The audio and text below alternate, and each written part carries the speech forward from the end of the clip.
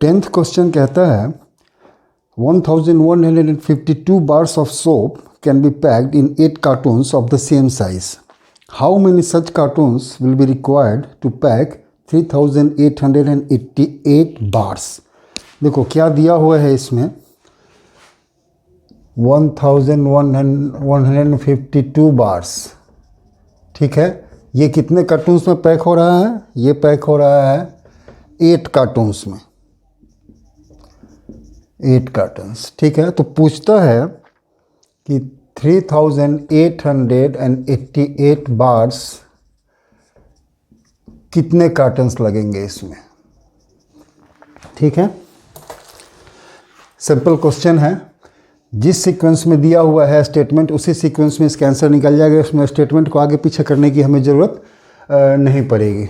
सबसे पहले क्वेश्चन करो। अभी तो तुम्हारे पास चूँकि एक्सरसाइज ही है, ये डायरेक्ट वेरिएशन का, नहीं तो जब यूनिटी मेथड का क्वेश्चन आए ना तो सबसे पहले ये डिसाइड करो कि जो क्वेश्चन है ये डायरेक्ट वेरिएशन का है या इन्वर्स वाले का है। ध्यान दो, जितने साबुन ज़्यादा होंगे उसको पैक करने में कार्टून भी उतना ही ज़्यादा लगेगा। तो ये डायरेक्ट वेरिएशन हुआ, एक इंक्रीज़ कर रहा है तो दूसरा भी इंक्रीज़ कर रहा है। इसमें हम लोग कैसे बनाएंगे? एक और चीज़ तुम गेस कर सकते हो कि 1152 है, रफली हमारा आंसर कहाँ आना चाहिए वो हम लोग इससे गेस कर सकते हैं। 1100 समथिंग का बार्स का 8 कार्टून्स दिया हुआ है और 38 पूछ रहा है। इसमें और इसमें कुछ रेशियो निकाल सकते हो। यदि तुम निकालोगे तो तुम देखोगे कि 1100 को यदि तुम 3 टाइम्स करोगे तो 3300 आता है और यहाँ 3800 दिया हुआ है। इसका मतलब है कि जो आंसर आएगा वो भी 8 कार्टन से 3 टाइम्स से ज़्यादा आएगा। तो 3 टाइम्स कितना हो गया 8 कार्टन्स का? 24। तो 24 से हमारा आंसर इसका ज़्यादा आना चाहिए, ठीक है। यही अभी इस क्वेश्चन से ये 2 चीज़ हम लोग एनालाइज कर सकते हैं। देखो ये बनेगा कैसे। Since 1152 bars can be packed in 8 cottons, ठीक है। ये तो स्टेटमेंट में क्वेश्चन में दिया ही हुआ है। देयरफॉर 1 बार, यूनिटी मेथड का क्वेश्चन है तो यूनिट क्वांटिटी का रेट हमें निकालना पड़ेगा। तो 1 बार can be packed in 8/1152 cartons, यही आएगा, ठीक है। ये डिवाइड ही होगा। क्यों डिवाइड होगा? डायरेक्ट वेरिएशन का क्वेश्चन है। यहाँ यदि डिक्रीज़ हो रहा है 1152 बार से 1 बार हो गया तो ये भी डिक्रीज़ करेगा। डिक्रीज़ करने के लिए हम लोग डिवाइड ही करेंगे, इसको मल्टीप्लाई नहीं करेंगे। मल्टीप्लाई करेंगे तो बहुत ज़्यादा हो जाएगा, इसलिए डिवाइड करेंगे। थर्ड लाइन हमारे पास आ जाएगा क्या? जो पूछ रहा है उसका निकालेंगे हम लोग। तो ये पूछ रहा है 3888 बार्स के बारे में। ये कितने में पैक हो जाएगा? ये पैक हो जाएगा, ये तो जो हमने निकाला है 1 बार को पैक करने का कार्टून्स वो एज इट इज़ रहेगा। अब चूंकि नंबर ऑफ बार्स इंक्रीज़ कर रहे हैं तो ये भी इंक्रीज़ करेगा। इंक्रीज़ करने के लिए हम इसमें मल्टीप्लाई कर देंगे इसको। ये हमारे पास हो जाएगा 3888, ठीक है। इतने कार्टन्स लगेंगे। इसको जब तुम सॉल्व करोगे तो इसको तुम सॉल्व करो, कटेगा ये 4 से कटेगा, चलो 2 से ही काटो, 2 से काटो 4 टाइम्स, ये हो जाएगा 5, 7 और 6, ठीक है। 5, 7 और 6, ओके। ये अभी और कहिए 4 से ही कट जाएगा 1 टाइम्स, तो ये हमारे पास आ गया 1, 4 4 जा 16, 4 4 जा 16, ठीक है। अब इसको देखो 144 है।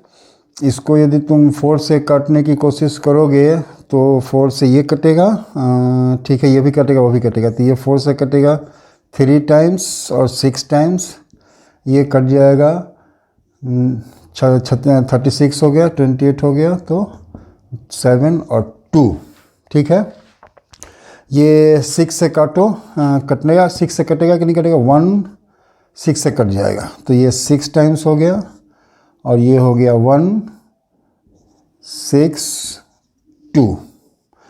6 से कटेगा, ये 6 से भी कट जाएगा, ठीक है। तो ये 1 हो गया, यहाँ आ गया 2 टाइम्स तो 12 और 42 तो 7। हमारे पास आ कितना गया? 1 × 27/1, मतलब 27 कार्टन्स।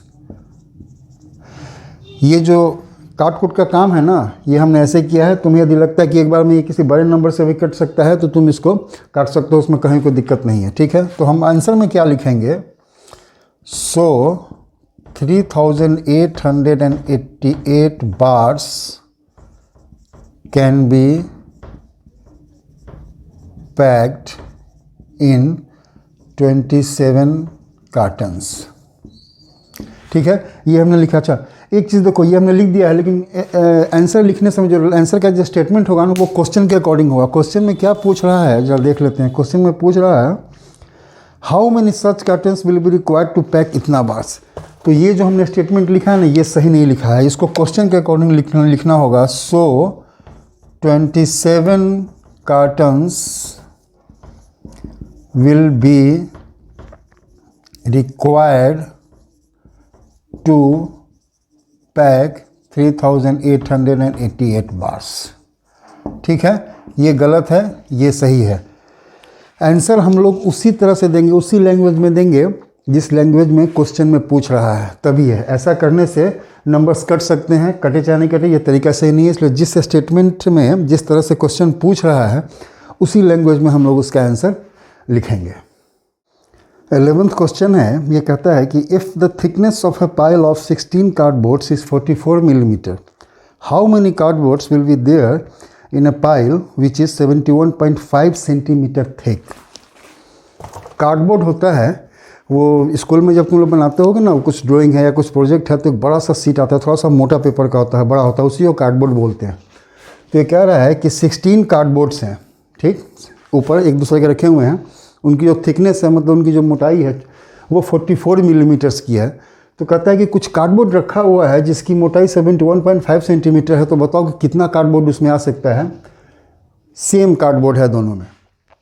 सबसे पहले तो ये ध्यान दो कि ये मिलीमीटर दिया हुआ और यहाँ सेंटीमीटर दिया हुआ है। यदि यूनिट अलग अलग है तो अभी हम लोग इसको कंपेयर नहीं कर सकते हैं।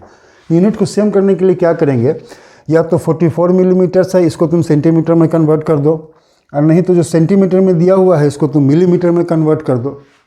हम लोग इसी को, तुम कुछ भी कर सकते हो, उससे कोई दिक्कत नहीं है, हम लोग इसी को मिलीमीटर है इसको सेंटीमीटर में कन्वर्ट कर देते हैं। तो इसको जब तुम सेंटीमीटर में कन्वर्ट करोगे तो ये 4.4 सेंटीमीटर्स हो जाएंगे, ठीक है। क्यों?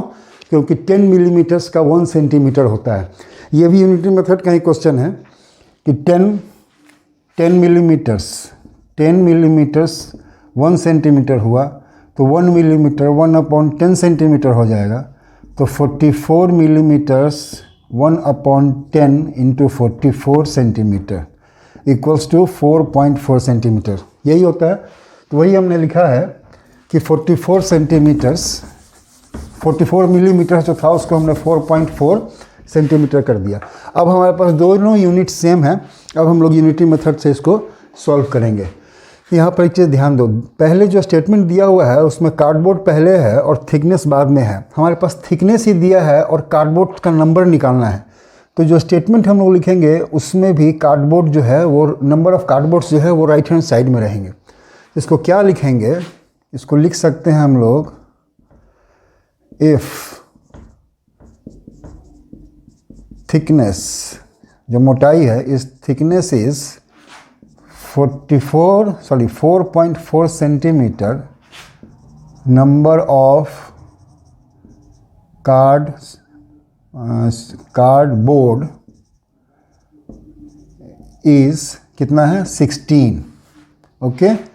Therefore if thickness is 1 centimetre, 1 centimetre होगा तो नंबर ऑफ कार्डबोर्ड कितने हो जाएंगे 16। तो इधर का एज इट इज ही रहेगा। जब 4.4 सेंटीमीटर है और ये 1 सेंटीमीटर हो जा रहा है तो जितने भी कार्डबोर्ड्स हैं उससे कम लगेंगे। कम के लिए हम लोग डिवाइड कर देंगे, तो 4.4 से इसको हम लोग डिवाइड करेंगे, ठीक है।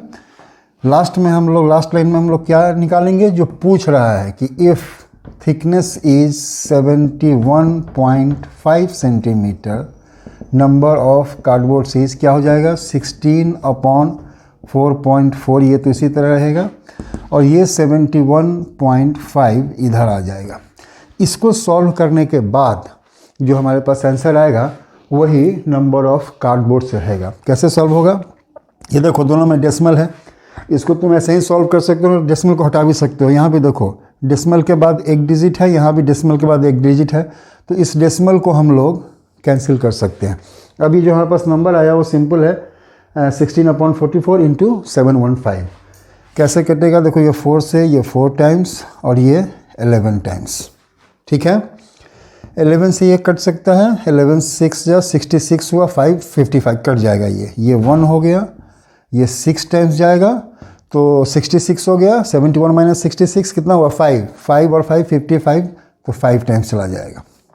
क्या हमारे पास आंसर आ गया? हमारे पास आंसर आ गया 4 इंटू 65, ये कितना हो गया 0 और 26, 260।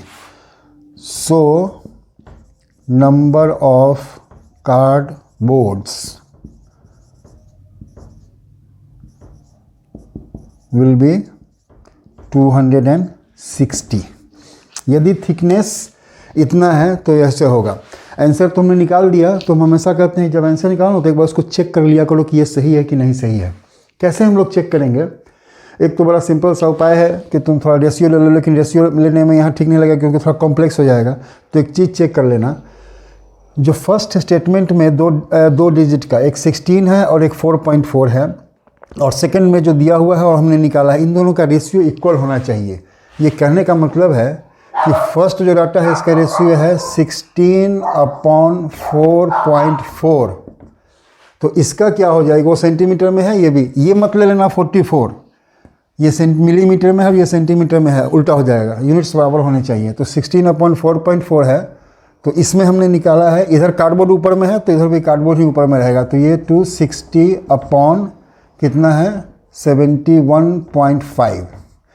इसका सिंपलेस्ट फॉर्म और इसका सिंपलेस्ट फॉर्म जब निकालोगे ना तो ये दोनों बराबर होगा। बराबर है तो समझ लेना कि तुमने जो आंसर निकाला है वो सही है।